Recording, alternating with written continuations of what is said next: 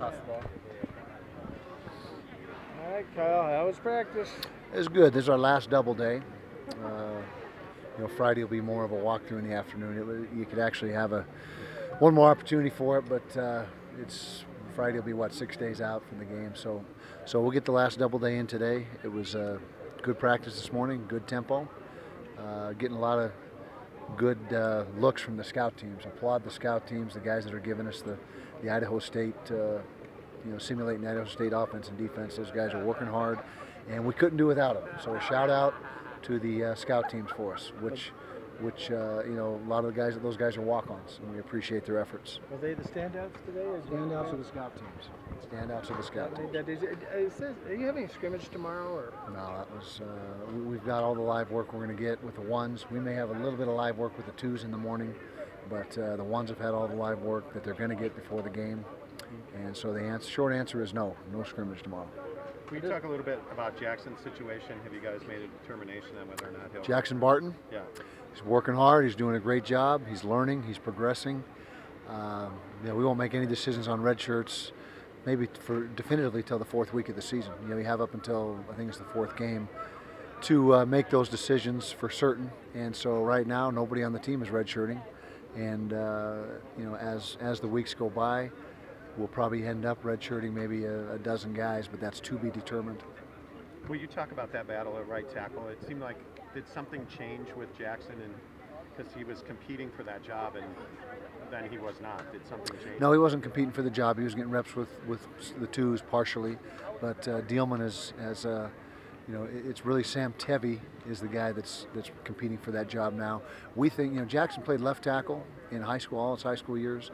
So we just we decided after getting a look at him at right tackle for a period of time, we're going to move him over to left where he actually feels more comfortable, and just continue to get him reps over there. And so he's we're very happy with him. Bottom line, we think he's going to have a tremendous career here.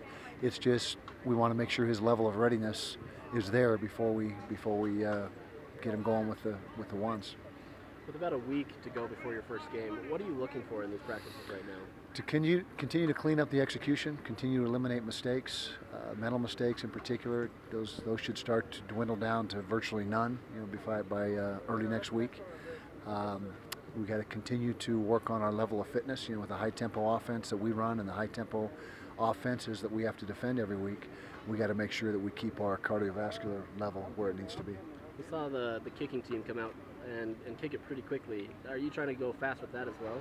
No, that was a lightning situation. You never want to rush your kicker unless the clock is a factor. And so every once in a while we'll send the kickers out, the field goal unit out with a clock, simulating we have no timeouts, the clock is running, it's fourth down, so we can't spike it to stop it. And so that situation may very well may come up this year, and so we work that probably 6 or 7 times during fall camp. How many quarterbacks are you hoping to see play next week? 2.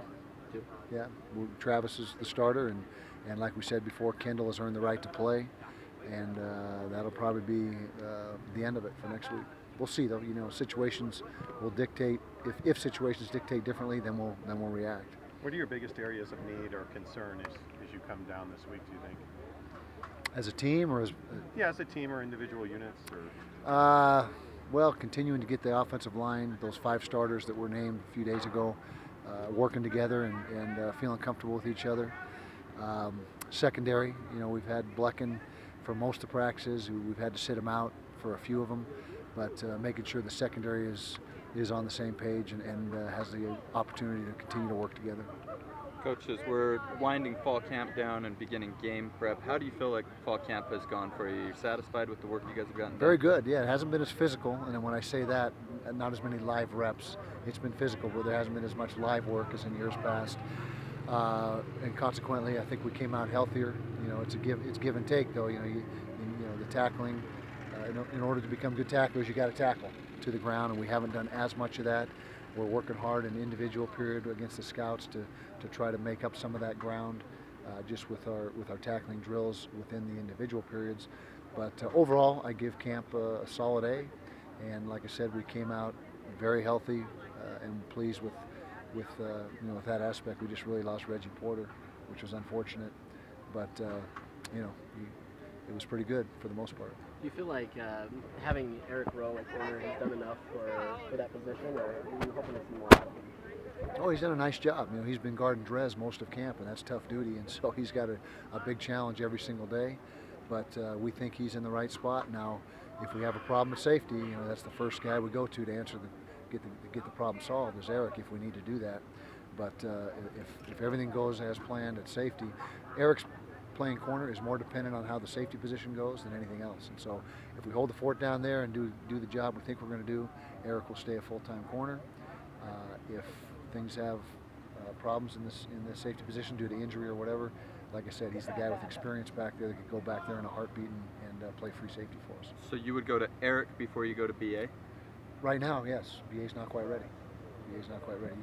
You got to get your best 5 secondary guys on the field, and whatever combination that dictates, and so you know the next corner up would be ahead of Brian right now. But Brian's made good progress. You know, he's just been at the position for a few weeks, and then a couple weeks in spring, and so he's relatively new to it. But he has made a ton of progress, as Charlie Henderson has as well, and Marcus Williams, our true freshman, is doing a nice job.